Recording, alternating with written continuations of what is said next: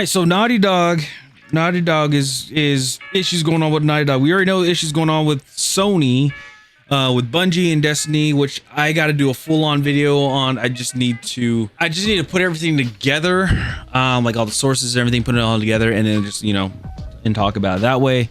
I could just overall, people are pissed off about Destiny 2 ending because Sony and Bungie, they're like, hey, we gonna continue with Marathon, we're not gonna continue with Destiny 2, we're gonna stop doing updates for it and things of that nature. People are upset, rightfully so. People are upset about it, but here's the thing, I'm not too bent out of shape about it because the game is still up. It's not like X-Defiant where the servers are down and you cannot access the game at all. So I will say that, but again, I can see why people are upset about it, so I can. But anyway, Sony, another part of Sony is Naughty Dog. We all know from like The Last of Us, and then they had that game I almost said Deep Rock, no, Intergalactic, the Heretic Prophet, which we haven't heard in a very long time. I'm still wondering if they're working on that game or not. Last time I heard they were in crunch time, but then again, we haven't heard anything. So this one is from Varadard. It is about Naughty Dog crisis. It says Sony is furious at Intergalactic budget and dev time. They're sick of losing billions. And again, they're tired of it because of Marathon is losing a lot of money. So if you guys do like her content and everything, make sure to go drop her like and subscribe to her channel if you guys enjoy her content. And also if you guys like the content over here where we, talk about and discuss amongst ourselves, and also while we do this live, while we're on Twitch, make sure to drop a like over here on this channel as well. So here we go. If the rumors are to be believed, Sony is absolutely furious with Naughty Dog over how long it's taking them to develop games. The cost of these experiences is probably sky freaking high, and now apparently they are facing a massive amount of internal pressure from Sony over their slow game productions. I have a few different things to show off, but before I get into the topic, if you enjoy the content I create, check out the links in the description, join the community in my live streams, and consider supporting through Patreon or YouTube memberships. Now, Naughty Dog is a studio that has had a lot of problems over the past couple of years. Their last big release, The Last of Us Part 2, faced a large amount of backlash, and if they were to release a Last of Us Part 3, yes, I do think that it would sell a few copies, but I definitely don't think it would sell as many as Part 2. The reason 2 sold so much was because people loved Part 1. People were big fans of this, and what I've heard is people loved it because of the character development that you grew with Joel. Like at first you're like, it was, it's Joel, whatever. But then like by the end of Last of Us Part 1, you're like, okay, I'm liking this guy. Like, okay, he's really cool and everything like that. Okay, I understand. And then Part 2 completely slaps you in the face with it. And then also with Naughty Dog's issue is that some of their developers or voice actors, when it comes to the game not even coming out yet, and I've already addressed this in the past, especially with Intergalactic, is that people like to talk down to consumers and say their opinions aren't valid, they're chuds, they suck, this and that. You guys are gonna you're gonna buy whatever game that we make and you're gonna like it. Things like that, trying to like basically bite the hand that feeds them or that keeps their company going, things like that. And they don't really think about the repercussions where they see now that people are voting with their wallets and they're like, I'm not buying this game, type of thing. Thought, oh my gosh, there's so much potential here. They've created a hit. Same thing happened with Ghost of Tsushima. First game came out, yes. People absolutely loved it. And then Yote had sold a couple million copies because people expected it to be that high quality storytelling and just that level of passion was going to be put into it. Yep. And that didn't really happen. And so if they came out with a Ghost Part 3 or a Last of Us Part 3, would be some massive problems with those sales-wise. Though Naughty Dog is working now on Intergalactic, the Heretic Prophet, a game it's been out for 2 years that has already faced backlash because the lead actress is a massive activist And Neil Druckmann has gone on and on and on over the years about toxic gamers. And so those two things alone definitely make people take a step back and say, well, I'm going to wait to hear more about this before I get excited or decide if I want to monetarily support them. If I was a studio, if I was a company personally, and I was making a game, and I was like, ooh, what, like, want to bring some voice actors or actresses on. I swear I'm running background checks on everybody. I'm checking your socials. I'm checking everything, seeing what you have said in the past 5 years. Actually, I'll be nice. What you said in the past 3 years. Okay. No, for my sanity, 3 to 5 years. Okay, that's my range. Past 3 to 5 years to see what you said. If you said anything wild, no, you're automatically disqualified. And I will say it. I'll be like, hey, you are not qualified. Why? Because your social media presence of this and this and this. Or I would talk to you about it. Be like, hey, what is your what are your stances on things that are going on in the world and things like that. Depending on their answers, I'm gonna be like, hey, sorry. Like either hey, okay, fair. Don't have this in the workplace, okay? Not while we're working on this game, or keep it on the hush, or sorry, you didn't get the part. Like if you're trying to be all political activists and this and that, first of all, you're not getting accepted. There's no way in general. There's no way you're gonna get accepted into being a voice actor for my video game. Hell no. I will rather just have, and I would hate to say this, I'd rather have AI do it. I'd rather have an AI voice. And then people would be pissed off about it, like, well, guess what? You have all these activists. I'd rather deal with an AI that is that's not talking about politics or anything like that, and have an activist voice actor or actress going forward. And Intergalactic. Sorry. Plus, there's too many problems with voice actors and actresses now, because they think because they're a voice actor or actress for a certain character in a game, they think that they have the right to change an appearance of what character of that said character or whatever. Like it's like, hey, we just need you to do the voice for it. That's it. We don't need, like, if the character is a blue bowling ball, I don't care if it's a blue bowling ball, and you say, I rather have the character be like a cube or like some sort of like a triangle, or I wanted to be a robot. No, we're not remodeling the character and changing the complete design of the character just because you're being the voice actor. Also, disqualified.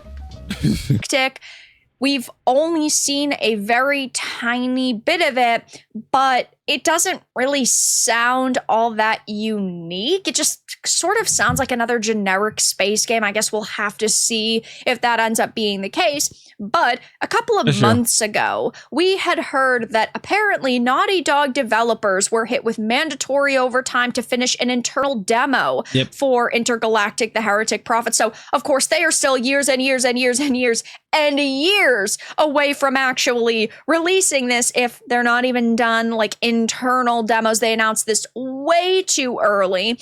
And so that looked pretty bad. Honestly, I think before you even do an announcement trailer or anything like that, you should have, because nobody really wants a cinematic trailer. I'm sorry to say, nobody wants a cinematic trailer nowadays, because optimization is thrown out the window. Barely anybody tries to optimize their games anymore. Let's be honest. What they need to do now, the standard should be, you need to have a playable demo, like a playable demo that you can show off as a trailer for Summer's Game Fest or anything like that. That should be eligible. If you cannot do that, if you do not have 5 minutes of gameplay for a trailer or for a demo or something like that, you don't get screen time. You don't get trailer screen time or anything like that, or advertisement. You don't. Bad, because Sony is sick of the shit. Sony is sick of putting hundreds of millions of dollars into games that are coming out and that are failing. They wasted $3.6 billion on Bungie. Destiny 2 is now going to be dead,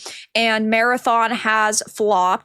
You have them wasting $500 million on Firewalk Studios and Concord. Crazy. They are trying, it seems, to give Naughty Dog a little bit of money and also a little bit of time, but we'll just call it, for argument's sake, generosity, right? Can only go so far, because at the end of the day, they are still a company. The reason why I think that Bungie, for example, was given more time to potentially have Marathon grow is because they have a longer leash, seeing as they've been around for multiple decades, whereas Firewalk hadn't been. They had no track record, and so they shut down Concord after, 12 days because it was a flop, and they said, yeah, there's no possible way that we're going to keep dumping money into this and giving them the chance. And Naughty Dog's the same way. I think that Naughty Dog has a little bit of a leash, but it can only go so far before it ends up snapping. You know what really I'm just gonna say it, fuck it. What would really piss people off, or what would make people upset when it comes to this, is if Naughty Dog, or not Naughty Dog, just in general in the gaming industry, especially like really established studios, if Sony were to buy Sony bought Bungie, Sony, and also Naughty Dog's under them, right? If they put out a game that's not well received, obviously, instead of laying off people, how about they just instead of like CEOs or like, you know, the people in higher positions that usually get bonuses, take their bonuses away, and then like obviously keep the employees there, but take their bonuses away, give their bonuses back to the investors, and then if they do it again, they make another game and it's complete garbage and doesn't do well, then start cutting away from their money and then giving it back to the investors. Investors get their money back. Investors get their money back. The employees, they still have a job, and the higher up people, now they're starting to worry because they're like, hey, now this is cutting into my pay. We need to start working on this. Because right now it's just like, they don't care. Like, hey, I received, like, you know, we just laid off a few people, but it's okay because I still got my bonus. That's what's going on. But if you take away from the top, take away their bonuses and start chipping away at their pay because of their failures, their lack of leadership and their failures, then they'll start to like really start to notice and tackle amongst that. So that's just me personally. So we now have these rumors circulating. They are coming from Jason Schreier, of course, take it with a grain of salt, saying that they are facing a massive amount of internal pressure over slow game production. The comments on Sony reportedly being upset with Naughty Dog game production / releases this gen and the big budget for Intergalactic. And yeah, if the budget is already big, who knows what it's going to be by the time this game actually comes out. So cap everything. All of this stems from a thread, Jason Schreier. Unless it's a franchise, a well-established franchise, they get capped at $100 million, but everything else $50 million cap. Had put up on Blue Sky. You don't get anything else. Talking about Bungie's planned significant layoffs, he had commented, a lot of people have wondered why Bungie didn't immediately start working on Destiny 3 after the final shape 2 years ago, and it just boils down to... The answer, as it usually is how much money it would take. Well, the thing is, it all depends on how much money it would take for it. They knew that Destiny 2 was doing very well, and they knew that Final Shape was supposed to be basically it's called the Final Shape for a reason. Like, you know, like they knew that was going to be the send off. It was getting people ready for Destiny 3. So you already built, people are already buying the final DLC, quote unquote, the final DLC, or to play it, have a great experience. After when Final Shape comes out, they could immediately start working on Destiny 3. They could have. But what did they do?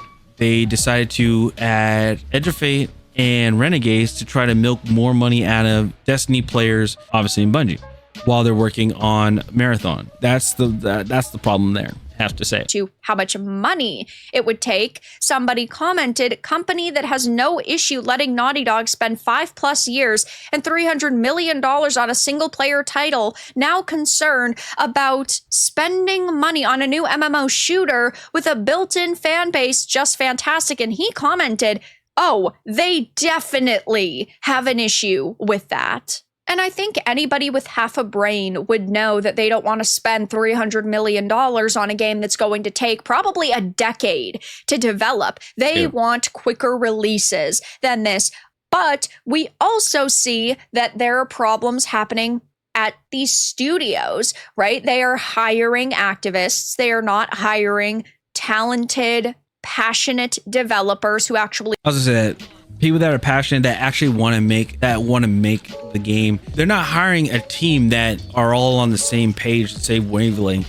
They're like, hey, we want to make a game that's about a space bounty hunter that is traveling from planet to planet to assemble crew to take on, I don't know, a faction or something like that. I'm just spitballing of what Intergalactic Heretic Prophet would be. Like they're not doing that. They're just like, hey, we're making a video game, and they're like, oh, okay.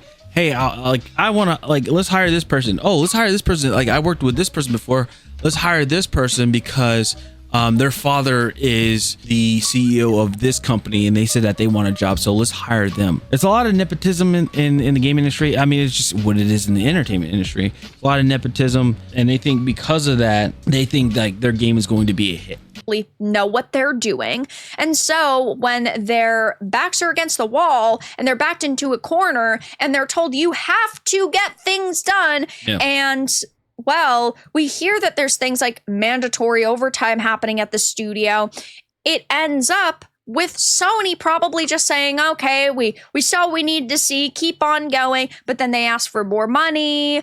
They get to the end of that 5 years and then they're like, oh, we need a little bit more time. We need a little bit more time. We need a little bit more time. And then you had 10 years. That's what happened with Veilguard. Throughout the first few years of development, they had a plan. Then EA said, no, you actually have to change your plan. It needs to be live service. They started shifting it around. And then a couple of years into sort of that development period, they were told, no, you actually need to go back to your original idea. But they also didn't have talented developers who were working on that game. They did like the worst. Not all of them weren't talented. I bet you they had some talented developers. I mean, I hate to say it. Yeah, they had a good amount they had some talented developers. I did talk to a few of them when I worked at EA. It sucked because they said they had their own concerns about the game. They couldn't voice their concerns because it was a potential of being reported to HR and them getting fired. So it's one of those shitty things that happens when it comes to the game industry of when you're working there. You really want to voice your opinion to be like, hey, this is just for, like, I know this sounds bad and it's going to hurt somebody's ego, obviously, but I'm doing this because this is what people are going to say about the said game. And if you want to ignore that, it's going to make the game even worse. And then people aren't going to play it. And then this game's going to shut down before it even tries to take off.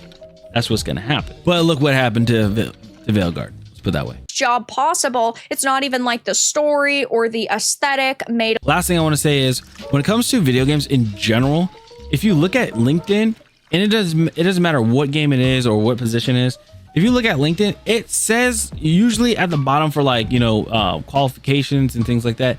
It usually says experience in that specific game. Like if you were doing Wizard of the Coast, for like Dungeons and Dragons, it's like experience or have knowledge of playing Dungeons and Dragons, or EA Sports have experience or knowledge of sports games, things like that. I don't understand like some of these people when with Dragon Age Veilguard, again, they're like, oh, okay, we're gonna make a Dragon Age Veilguard, we're gonna make another Dragon Age game, but it's not the dark fantasy like the other ones were.